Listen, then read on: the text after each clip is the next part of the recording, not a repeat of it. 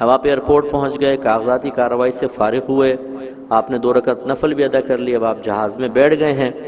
ویسے تو جہاز والے اعلان کر دیتے ہیں، اگر آپ نے پہلے نیت نہ کی ہو کہ بھئی میقات آنے والی ہے، آپ نیت کر لیں۔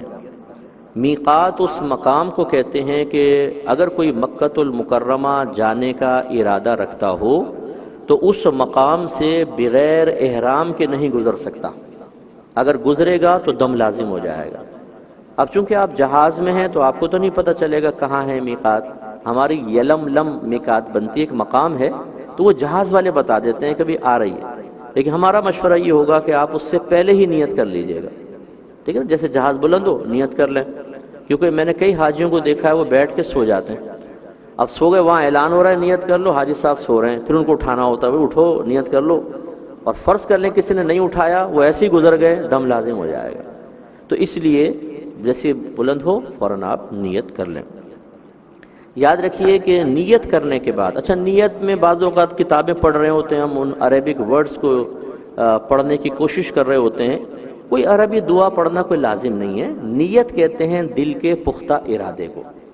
تو احرام عمرے کی نیت اس طریقے سے ہوگی کہ اے اللہ تعالیٰ میں تیری رضا کی خاطر عمرے کی نیت کرتا ہوں، اسے میرے لیے آسان کر دے، اپنی بارگاہ میں قبول فرما لینا۔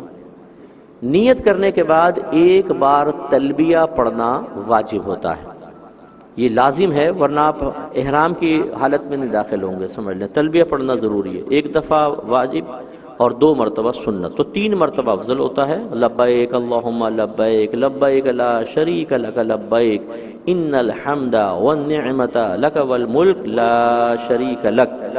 مرد بلند آواز سے پڑھیں، ایسا کہ جہر کے ساتھ دور تک پہنچے آواز، بہنیں بس اتنی آواز سے پڑھیں کہ ان کے اپنے کان اپنی آواز کو سن لیں۔ یہ شرعی اصول ہمیشہ یاد رکھیے گا، جہاں شریعت نے فرمایا ہے کہو یا پڑھو، اس کا مطلب ہے اتنی آواز سے کہو، اتنی آواز سے پڑھو کہ تمہارے اپنے کان اپنی آواز کو سن لیں، ورنہ وہ پڑھنا نہیں کہلائے گا۔ تو ابھی تلبیہ لازم ہے، پڑھنا ہے، اگر اس کو بھی منہ بند ہے، خالی دلی دل میں پڑھ رہے ہیں یا کوئی بہن ایسے پڑھ لیں تو ان کا احرام نہیں ہوگا۔ یہ ضروری ہے کہ تلبیہ بلند آواز سے پڑھنی چاہیے۔